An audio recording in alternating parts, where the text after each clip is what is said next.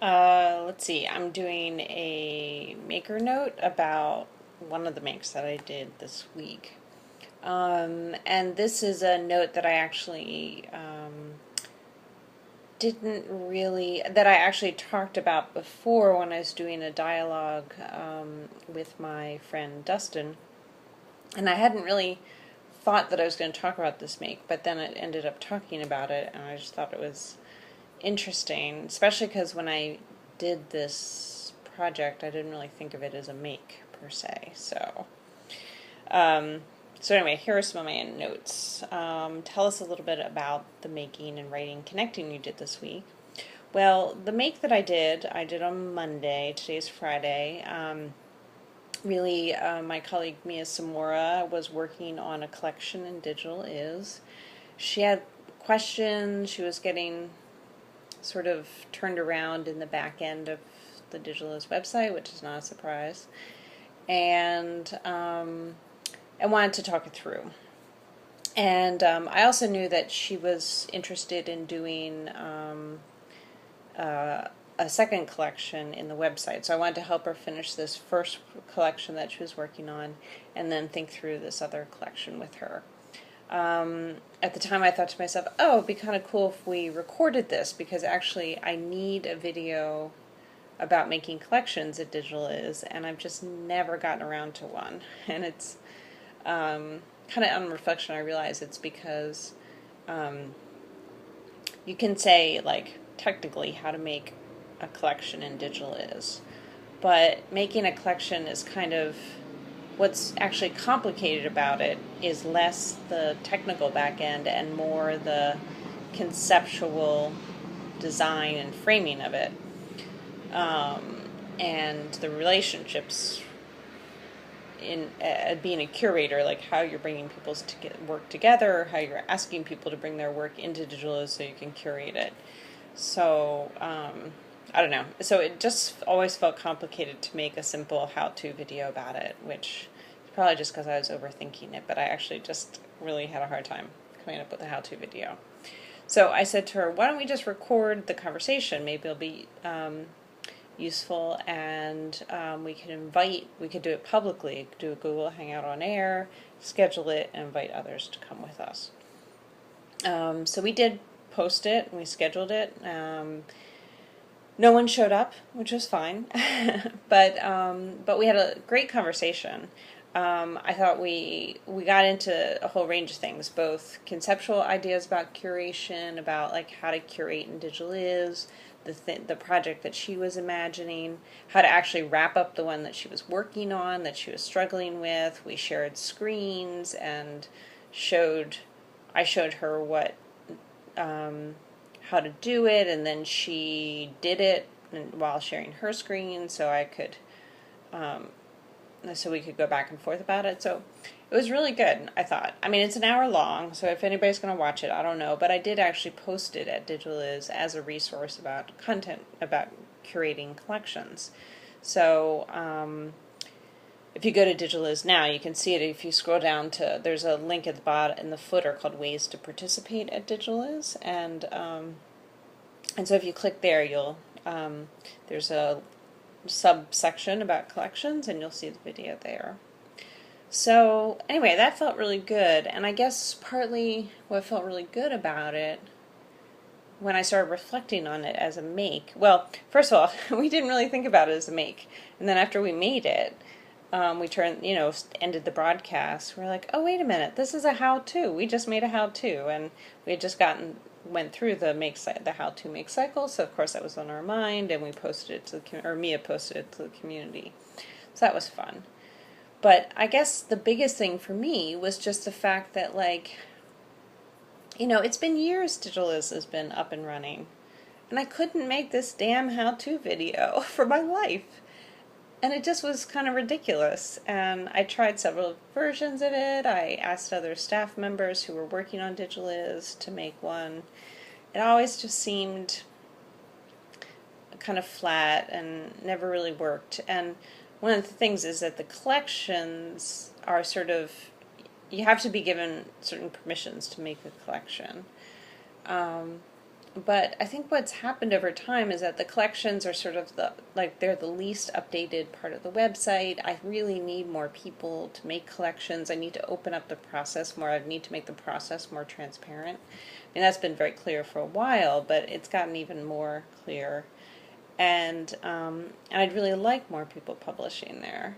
So I really needed to do something, but it always just fell to the bottom. And so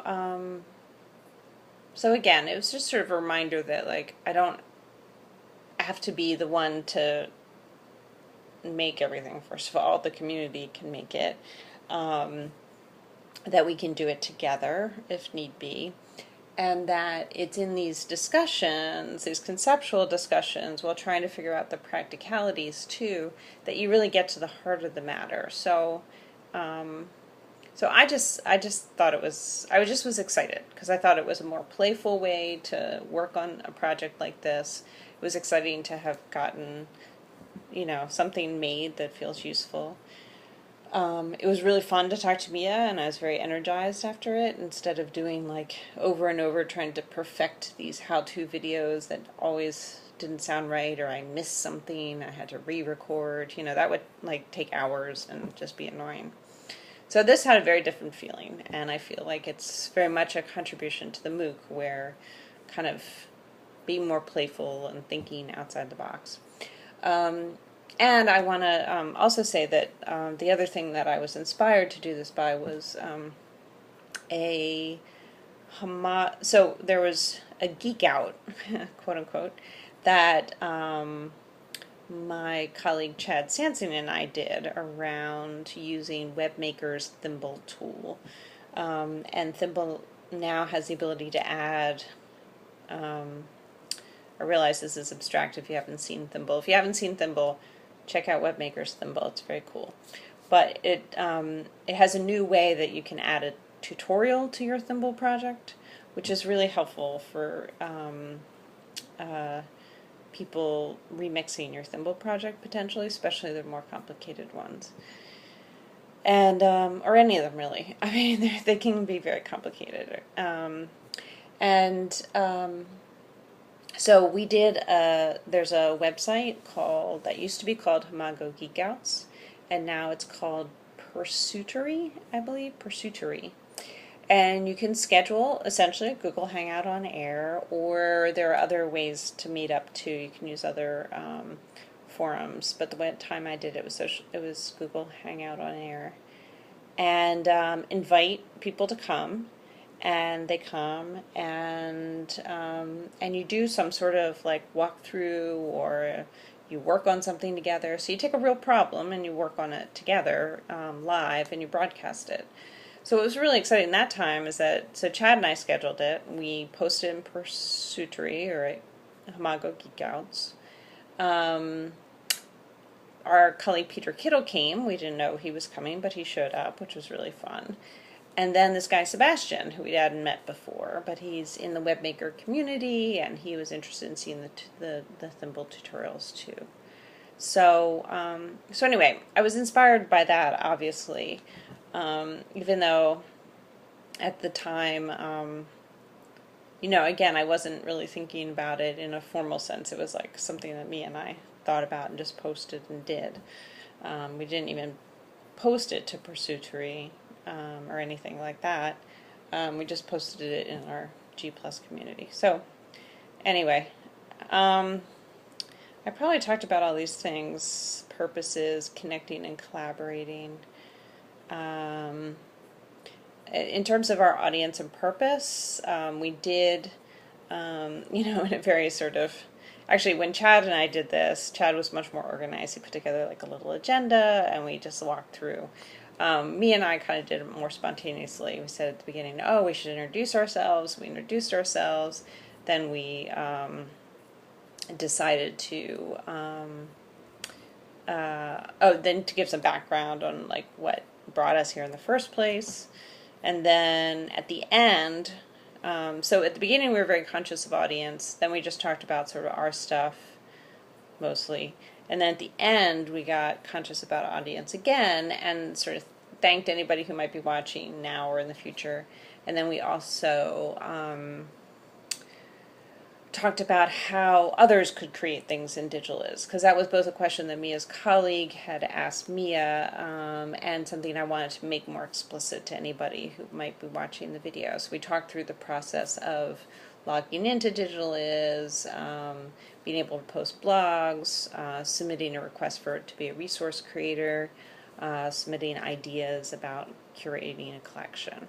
So there were moments where we would sort of be more intentionally focused on the audience, and other moments during the thing that we more intentionally just focused on the issue at hand and what we were working on. And yeah, I think I talked about the tools we use, the products, and the connected learning principles. I guess, I talk a lot about open learning, and Paul O the other day kind of called me on it. Like, what do you mean by open learning? Like, it can mean lots of things. So when you're using it, I'm not sure what you mean. It was in a different context, but but in this idea of open learning, openly networked learning, I feel like this kind of thing that we just did is a really nice example of like some of the ways that we could be learning and sharing our learning with each other in more spontaneous, natural ways. I feel like there's lots of little conferences that people do like this, and we were making ourselves kind of vulnerable. I mean, Mia was saying, "Oh, I'm kind of confused. I don't know how to do this," so that might make her feel funny, and to be public with that. And I was, like, I know that it's not, like, I'd love for the website to be perfect, and I direct the program and work on the website, and it would be great if it was like working right and it wasn't so confusing, but it is still kind of confusing. So I have to sort of be humble about that and just know that there's stuff that's like totally not clear to anybody, really. So Mia is just, being honest about it. So that's great. So the openly networked, I think, is really important, and I think this make it like very much an evidence of how these tools can allow us to have these kind of discussions that would normally be private, and you kind of lose the ability to capture it and to build off of it. But now we can. So for me, more than anything, I guess it's like that's really important. I think peer supported too. It's like those conversations between peers, people who have common issues, common problems, working on something together. Those are such important conversations, and we learn so much about the work through those conversations. But so often those conversations are private or not captured. So it's a little bit, actually, it just struck me that in this webinar the other day about looking at student work, Kylie Pepler brought up this Donald Schun's ideas about reflecting in practice or reflecting on practice. And often we're reflecting on practice, but it's that reflecting in practice that's the harder thing to get to. So in some ways we got to that a little bit, and that's pretty exciting. So yeah, so I think that's it for my maker notes today. Thanks so much.